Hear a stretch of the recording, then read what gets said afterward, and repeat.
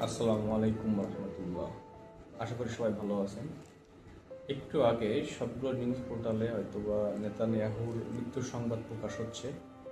এখন এটা কতটুকু সত্য কতটুকু মিথ্যা সেটা পরের ব্যাপার, বাট অনেক গুজব থাকে। এই গুজবটা সত্য হোক এটা সবাই চাই আমরা। তো আসলে ইরান এবং ইসরায়েল আমেরিকার মধ্যকার যে যুদ্ধটা হচ্ছে, এই যুদ্ধে আমেরিকা ভাবছিল যে সাদ্দাম হোসেনের মতো ইরাকের পরিণতি হবে। সাদ্দাম হোসেনকে সরিয়ে দিলেই ইরাক চলে আসবে, ইরাকের তেল শোধনাগার, তেলের খনিজগুলো আমাদের দখলে চলে আসবে। কিংবা তারা ভাবছিল মুয়াম্মার গাদ্দাফির মতো অবস্থা হবে, যে যদি আয়াতুল্লাহ খোমেনিকে মারতে পারে তাহলে লিবিয়া আমাদের দখলে চলে আসবে, এরকম মানে ইরান দখলে চলে আসবে। আসলে সেটা হবে না, হওয়ার কথাও না।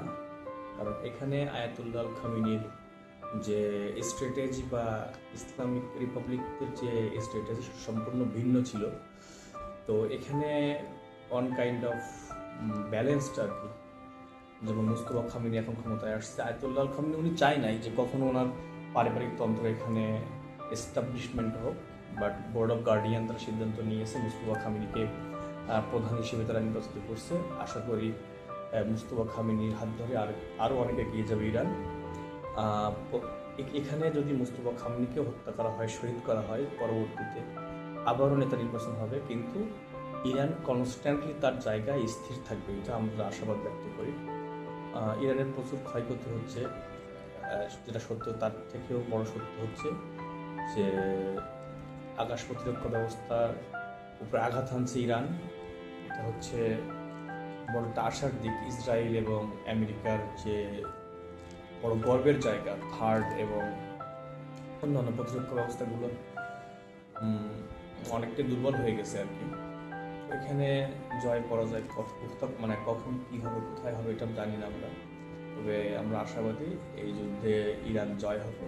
এবং একটা জিনিস খেয়াল করেন, যখন হরমুজ প্রণালী বন্ধ করা হয়েছিল, হরমুজ প্রণালী বন্ধের পরে গত 2 দিন আগে চায়না ইরানকে ডাকছিল আর কি। তখনই বুঝছিলাম যে হরমুজ প্রণালী শর্ত সাপেক্ষে খুলে দেবে, সেটাই হয়েছে। তো এর বিনিময়ে অবশ্যই চায়না ইরানকে তার সামরিক হোক বা অন্যান্য সহযোগিতা, প্রযুক্তিগত সহযোগিতা করতে পারে এবং করছে আমি শুনলাম। যেটা রিসেন্টলি ইরানের পার্শ্ববর্তী দেশ আজারবাইজানের সীমান্ত খুলে দিয়েছে আজারবাইজান সরকার। যুদ্ধ শুরুর দিকে আজারবাইজানে হামলা হওয়ার কারণে এটা বন্ধ রাখছিল আর কি।